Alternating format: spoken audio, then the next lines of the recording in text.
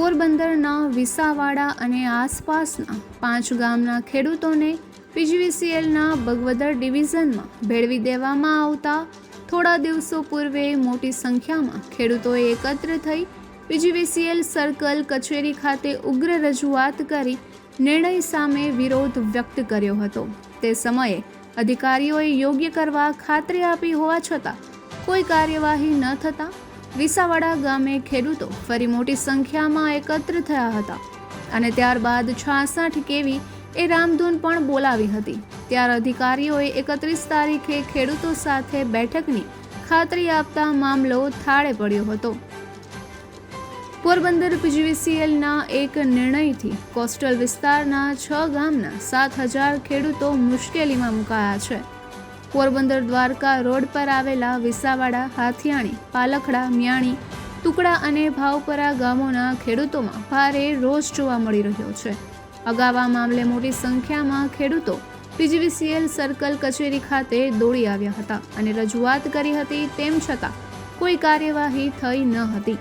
આથી પીજીવીસીએલના અધિકારીઓને ખેડૂતો સાથે બેઠક કરવા વિસાવાડા મહેર સમાજ ખાતે સોમવારે બપોરે 3:30 વાગ્યે સમય નક્કી કરાયો હતો। તે મુજબ ખેડૂતો અને અન્ય તમામ અસરગ્રસ્ત મોટી સંખ્યામાં મહેર સમાજ ખાતે એકત્ર થયા હતા, પરંતુ અધિકારીઓ અર્જન્ટ મીટિંગ હોવાનું જણાવી બેઠકમાં ઉપસ્થિત ન રહેતા ખેડૂતોમાં ભારે આક્રોશ જોવા મળતો હતો અને અધિકારીઓએ મૂર્ખ બનાવ્યા હોય તેવી લાગણી વ્યક્ત કરી હતી। અધિકારીઓ ન આવતા ખેડૂતો મોટી સંખ્યામાં એકત્ર થઈ 66 કેવી ખાતે દોડી ગયા હતા। સબસ્ટેશનનો ઘેરાવ કરી તમામ ફીડર બંધ કરાવ્યા હતા અને રામધૂન બોલાવી રોષ વ્યક્ત કર્યો હતો, જેના પગલે અધિકારીઓની ઊંઘ ઉડી હતી અને આગામી તારીખ 31ના રોજ ખેડૂતો સાથે બેઠકની અધિકારીએ ખાતરી આપતા મામલો થાળે પડ્યો હતો। ખેડૂતોએ જણાવ્યું હતું કે તેઓના ગામો વર્ષોથી પીજીવીસીએલના કોસ્ટલ ડિવિઝન સાથે જોડાયેલા છે અને તમામ ગામો કોસ્ટલ એરિયાના છે અને પોરબંદર સાથે તેમનો વ્યવહાર છે।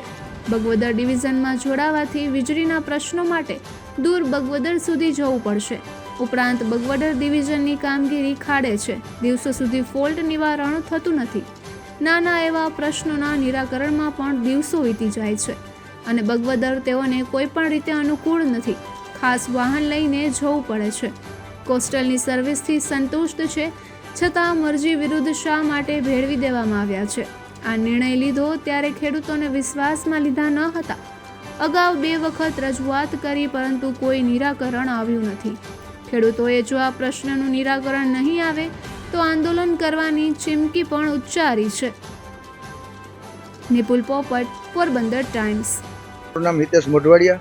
આજે 6 ગામના ખેડૂતો અને ગામ લોકોનો પ્રશ્ન છે એ કોસ્ટલમાં જ રહેવાનું છે અને બગવદર ડિવિઝન જે 2 ભાગ પાડવામાં આવ્યા એમાં વિસાવાડાથી માંડીને 6 ગામના લોકોને છે એ બગવદરમાં નાખે એનો વિરોધ છે।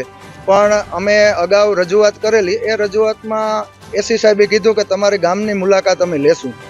આજે તારીખ આપી અને એસી સાહેબ આવ્યા નહીં। ખરેખર ખેડૂતોને સમજે શું છે?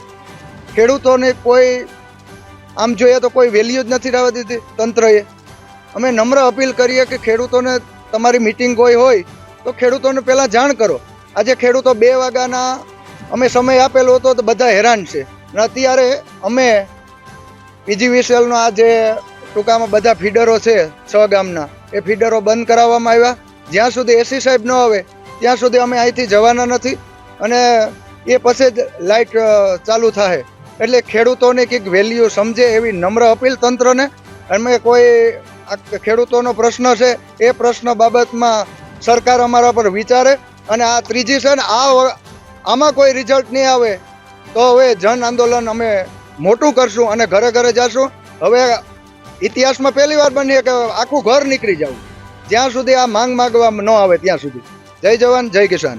આજે અમને એસી સાહેબે ટાઈમ આપ્યો હતો, અમે બધા ભેગા થયા, પણ અમને સાંભળવા એસી સાહેબ ન આવ્યા અને અમને અમારી રજૂઆત સાંભળવા પણ ન આવ્યા। એટલે અમે 66 કેવી આવી અને બધાએ 66 કેવીનો ઘેરાવ કર્યો અને બધા ફીડર બંધ કરાવ્યા। તો પછી ત્યાંથી એસી સાહેબ વતી બધા સ્ટાફ આવ્યો અને અમને સાંભળ્યા અને અમને એસી સાહેબને આવી અને બધાની રજૂઆત સાંભળવાની અમને 31 તારીખ આપેલી છે।